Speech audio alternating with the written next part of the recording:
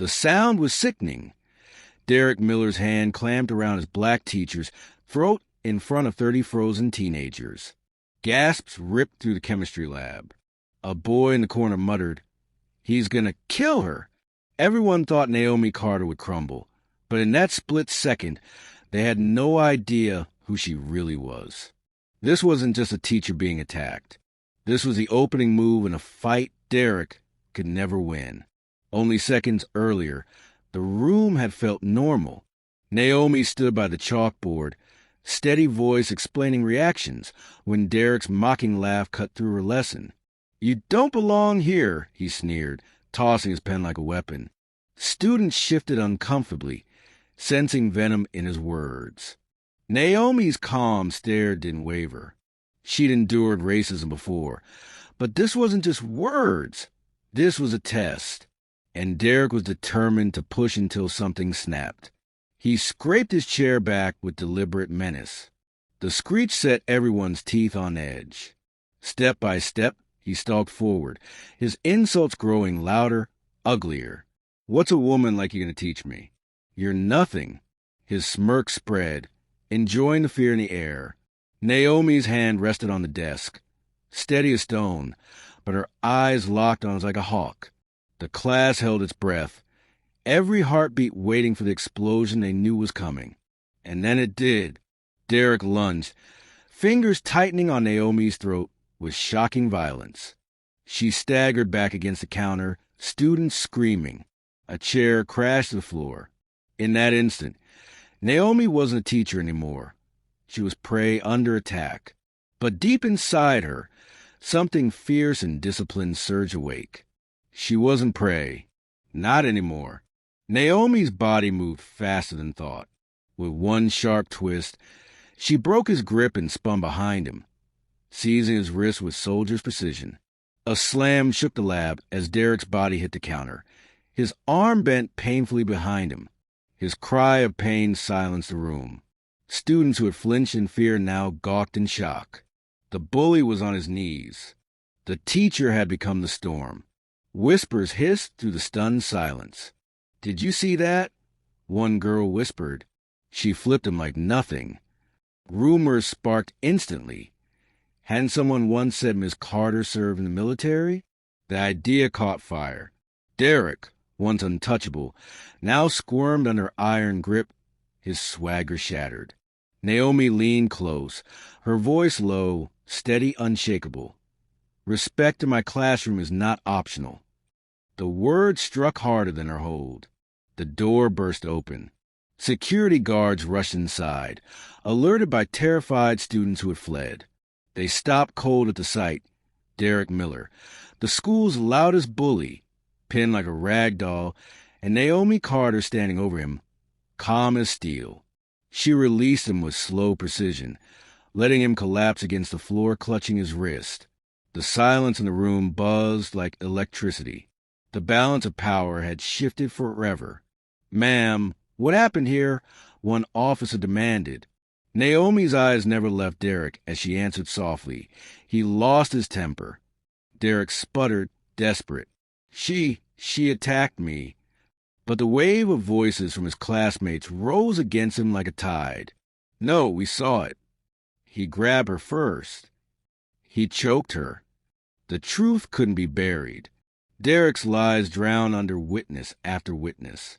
The guards pulled him to his feet, his shoulders slumped in shame. His eyes darted to the classmates who once cheered his cruelty, but now glared with disgust.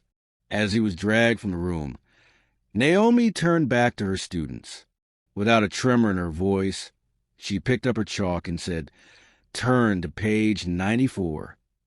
The ordinary command after extraordinary chaos left the students in stunned silence. And then, one by one, they obeyed. But the story didn't stay contained in that lab. Within an hour, Jefferson High buzzed with the tale. Derek tried to choke Miss Carter. She put him on the floor.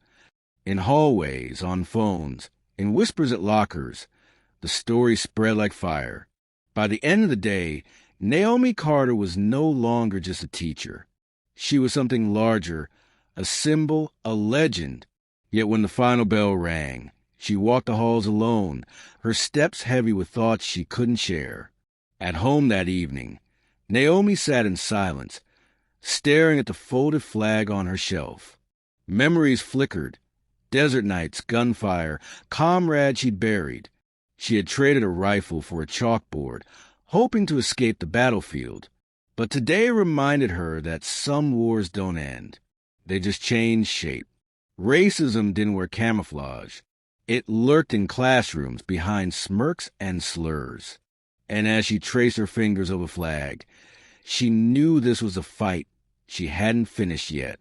The next morning, the chemistry lab felt different. The same desks, the same chalkboard, but the silence was loaded. Students filed in quietly, stealing glances at Naomi like she had transformed overnight. Even the class clown sat straight-backed, their whispers careful, reverent. Naomi entered without ceremony, setting her books on the desk. Her face was calm, but her eyes carried a gravity that made every heartbeat louder. They weren't just looking at a teacher. They were looking at someone who had faced down hate and refused a break. Derek Miller's absence was louder than his presence had ever been. The empty seat where he once sprawled seemed to vibrate with a memory of yesterday's chaos. Some students whispered about expulsion. Others speculated about his suspension. But everyone agreed on one thing. He wouldn't be the same after facing Naomi Carter. The school's alpha bully had been stripped of his crown, and the halls were hungry for a new story to cling to. By lunchtime, the story had grown. She was in the Army. One boy insisted, slapping his tray for emphasis. I heard she fought overseas. A girl countered, no, she was in the Marines. My cousin said so. Each retelling painted Naomi bigger, stronger, more legendary. Whispers of her military past spread like gospel, twisting into myth. She didn't confirm or deny them. She simply walked to the halls with her head held high, her silence louder than any confession. But not everyone admired her. In the principal's office, debate raged. Some staff argued Naomi had gone too far, that physical force was unacceptable. Others countered that she had shown restraint, that any lesser person might not have survived Derek's attack. The principal called her in, his face stern. Ms. Carter, he began carefully, yesterday was intense. You acted under pressure. Some parents are concerned, but others are calling you a hero. He paused. Personally, I believe you earned the school's trust. Naomi listened quietly, her hands folded in her lap. She didn't crave the word hero. She had seen real heroes bleed out on dusty battlefields, and their faces haunted her still. She wanted to teach chemistry, not make headlines. But she also knew the truth. Some battles find you whether you want them or not. She nodded once, thanked the principal, and walked out with the same calm steps that carried her through war zones long ago. Meanwhile, Derek's world collapsed. His swagger evaporated. His old friends avoided him, and his parents stormed the school demanding explanations. But the witnesses outnumbered his protests. Videos had even surfaced grainy, shaky phone clips that showed enough to destroy his story. His attempt at dominance had turned into public humiliation. For the first time in his life, Derek Miller tasted what it felt like to be powerless. And the bitter flavor lingered. Days passed, but the lab remained charged with energy. Every lesson Naomi gave carried double meaning. When she explained chemical reactions, students thought of the reaction they had seen between hate and discipline. When she spoke about bonds, they thought of the invisible bond of respect that had formed that day. Even her silence carried weight, because everyone knew what lived behind it. A history of service, sacrifice, and unshakable strength. Yet at night, Naomi's calm cracked.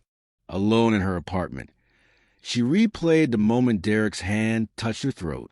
It wasn't fear she felt. It was anger. Anger that in 2025, a black woman could still be seen as a target to humiliate. Anger that her students had to witness hatred up close. She stared at the folded flag again, remembering comrades who had died fighting for freedoms that still weren't fully respected back home. Her chest ached with the weight of unfinished wars. On Friday, something unexpected happened. A group of students lingered after class, hesitant but determined. One spoke up, voice trembling. "Ms. Carter, thank you. Yesterday, you didn't just defend yourself. You showed us that we don't have to take it when people try to tear us down." Another added, "I used to think bullies always win, but you prove they don't." Naomi's throat tightened, not from Derek's grip this time, but from the raw honesty in their eyes. She didn't give them a speech. She simply smiled, placed a hand over her heart, and said softly, "Strength isn't about fighting. It's about knowing when to stand." The students nodded, their shoulders straighter as they left. In their eyes, she had given them more than chemistry. She had given them courage. And in that moment, Naomi realized her mission wasn't just to teach formulas. It was to prepare these young souls for a world that wasn't always kind. Weeks later, Derek returned quieter, diminished. He avoided Naomi's gaze, avoided the whispers that trailed him. The boy who once ruled the halls with cruelty now walked like a ghost of himself. He had tried to crush a teacher's dignity and ended up crushing himself, not by violence, but by truth. Naomi never gloated, never reminded him. She simply taught her lessons, firm and fair, while Derek shrank under the weight of his own downfall. And so the legend of Miss Carter lived on. Her classroom became more than a lab. It was a sanctuary, a place where respect wasn't demanded but lived, where students sat taller, listened harder, and carried themselves differently. They had seen that hate could grab her throat, but couldn't silence her voice. They had witnessed strength wrapped in grace, discipline wrapped in silence. And years later, when they remembered Jefferson High, they wouldn't recall Derek's cruelty. They would remember the day a soldier in disguise reminded them what real power looks like. Because Naomi Carter hadn't just survived that moment, she transformed it. She turned a racist attack into a lesson no textbook could teach. And for everyone who watched, the truth was burned into memory. Bullies may roar, hate may strike, but dignity, once defended, echoes louder than any insult. Naomi didn't just end Derek's reign. She inspired a generation to rise above. And in the quiet of her apartment, flag still folded on the shelf, she allowed herself one thought. Maybe this was a battlefield she was always meant to win. If this story moved you, don't forget to like, share, and subscribe, because more powerful stories are on the way. Until the next video, stay strong, stay safe, and never forget, justice always finds its voice.